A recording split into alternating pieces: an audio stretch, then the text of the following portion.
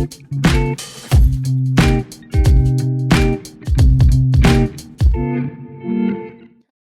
welcome to Bible Slash Chat. Gus, hello. How are you, John? I said that too fast. Hi there, welcome to Bible Slash Chat. Gus, hello. How are you, John? It's awkward now. It's really awkward, actually. So we got a question. It's a good question, actually. Yeah, I actually question for you. No, I have a question for you. I want to ask you. Oh, you have a different question. No. It's the one I want to ask you. Because I had a different question for you. Oh, well. There is someone who's been a faithful listener who doesn't go to our church. That's the question I'm going to ask Oh, you. yeah, but I wanted to ask you. No, it's not going to work that way. Okay, here's how I'm the not question very works. good at these things. Yes, you are. You're great at these. No. Okay, there's been a big, we believe in civil liberties in the U.S. There's all sorts of things that we have. The Bill of Rights. So the paper tells me. exactly. So we have the Bill of Rights. There's Yes. specific things that we have the right to do, to gather, to the freedom of speech, freedom of religion. And one of the things that's included there is the right to bear arms. Yeah.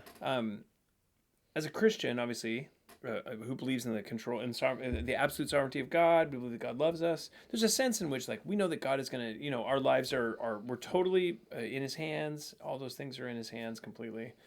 But at the same time, that doesn't mean we don't take precautions in life, right? We go to the doctor, various things.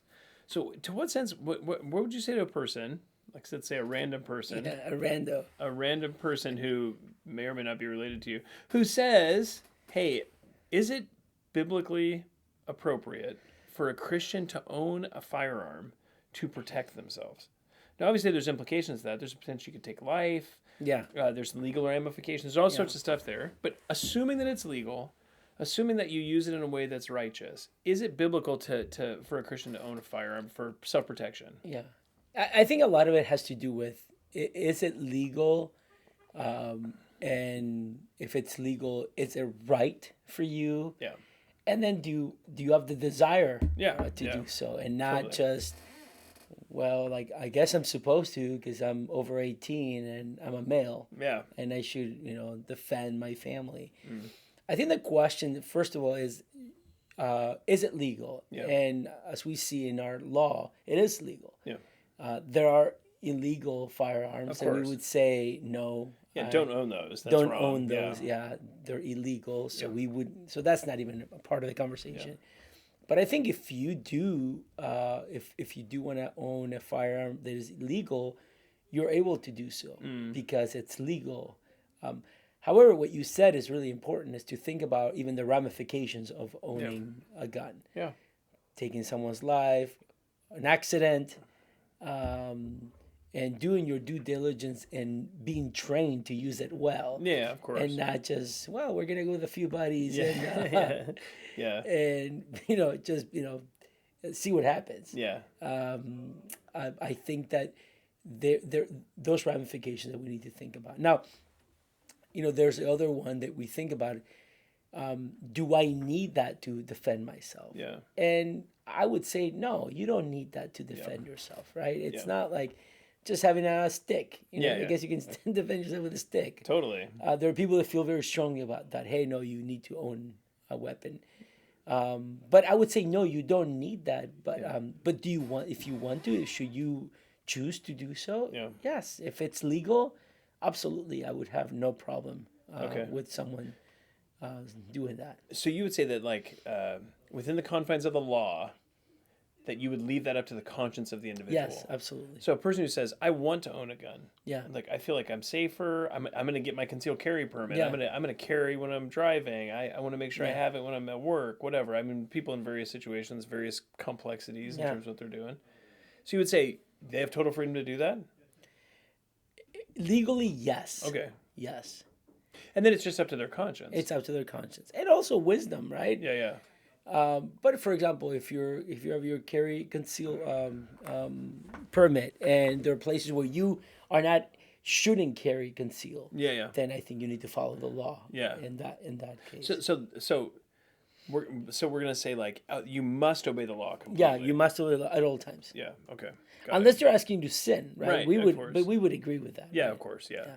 So, and then the basis for that would be like self-protection, those kinds of things. Which again, we would say you can go anywhere from saying no, I would never carry a gun. Yeah. I don't even have a stick to protect myself. I just Yeah. trust God. All Yeah. the way up to, like, I'm going to carry a gun, the biggest gun I can carry Yeah. legally. Yeah. And anything in there you're free to do. Yeah, I think it's interesting. I think that as you think through these things, it's important to get like a sounding board Yeah. of people that can help you think through this and ramification. Not just Yeah. think, well, I'm allowed to. Yeah. I remember it's an old joke, but when someone says, um, you know, someone comes into your house and you don't have a gun, how are you going to shoot him? Yeah. Yeah. Not that funny, but it's like, I mean, like, so we're assuming that someone is going to come into your house and doing this. We're not going to do that. But I do think that you have to think in wisdom and with if you have at home, you have little kids. Yeah. Is it wise? Yeah, is it wise to have that? How are you going to store the weapon totally. and all of that? Because there's legal ways to store. And Yeah, and I am not a weapons expert. expert. You don't own a gun? I don't. Okay. So, like, let me ask you this. So, if the... Should I have said that out loud? No, it's fine. Yeah. What's your address? Do you have any valuables? No. No, for sure. Exactly. So the implication is like, family protection's good. Yeah. The degree to which you do that is up to you. Yeah, we lock our doors. Yeah, exactly. Yeah. But if maybe you have a security system and you lock Yeah. your doors, but you say, "Oh, I don't have a gun," Yeah. that makes me so that those are in a sense equivalent, except that one takes life. Yeah. And then biblically, I was thinking about this even as you were saying it. Like Peter, in the Garden of Gethsemane, he has a sword with him, and he tries to cut off the high priest slave's ear. So he tries to kill the high priest slave. So you have a guy who, I mean, is with Christ, who's carrying a sword at the time, which would have been like a standard issue thing for the army, not for just a random fisherman. Did he have a permit? Yeah. Did he have a do you have a permit for your sword? Yeah. Do you have a sword? I don't have anything. Okay. I have a steak knife. I have a steak knife. Is that? Are you happy? A steak knife, some rocks, and 3 sons. I have 3 sons though. Yes. Anyway, that's super 2 helpful. of them are black belts. There you go. You don't Yeah. need anything else. I don't need anything else. Your boys are your guns. Yeah. Anyway, well, that's helpful. Good. So just leave that in the hands of conscience. Yeah. Okay, very good. Yeah. Well, thanks. Hope that's helpful for you in terms of making a choice on that issue. It's a sensitive issue, obviously, and we just want to help and encourage people to not only obey the law, but then be free to make those decisions according to the way that the Lord would lead If them. you do have any questions, John is willing to answer them. No, but you can email us at Don't info. send hate mail to me. You can email us at info@faithbibleoc.org. I do own a gun. It was given to me by my father. Anyway, I hope that's helpful for you. Again, feel free to email us anytime. Thanks so much.